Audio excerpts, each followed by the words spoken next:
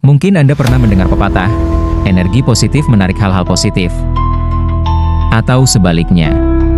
Banyak tradisi spiritual dan metafisika, emosi kita dianggap sebagai getaran energi.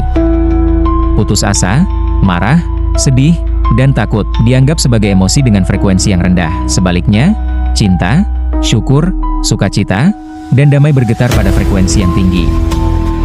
Jadi, ketika kita merasa putus asa, energi kita dipercaya menurun. Ini bukan sekadar perasaan, melainkan sebuah kondisi energi yang bisa memengaruhi cara kita melihat dunia dan bahkan hal-hal yang kita tarik ke dalam hidup. Namun, bagaimana jika kita melihat ini dari sudut pandang ilmiah?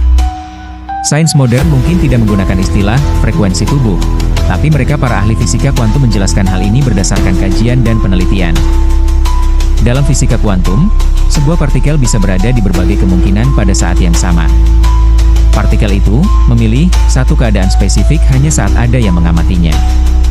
Bayangkan dua partikel yang saling terhubung.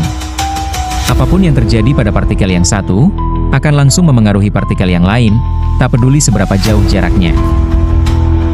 Konsep ini sering digunakan sebagai metafora untuk menjelaskan keterhubungan batin antar manusia.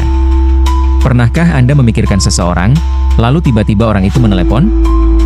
Psikologi kuantum mungkin menganggap ini sebagai bentuk keterikatan non-fisik. Beberapa fisikawan berspekulasi bahwa kesadaran kita mungkin bukan sekadar produk dari otak, melainkan sebuah fenomena yang terjadi pada tingkat kuantum di dalam sel-sel saraf. Jadi, kesadaran bisa jadi adalah bagian dari realitas kuantum itu sendiri.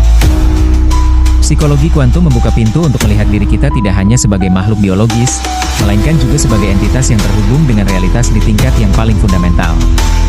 Ini mengundang kita untuk merenung. Seberapa besar kekuatan pikiran dan kesadaran kita sebenarnya?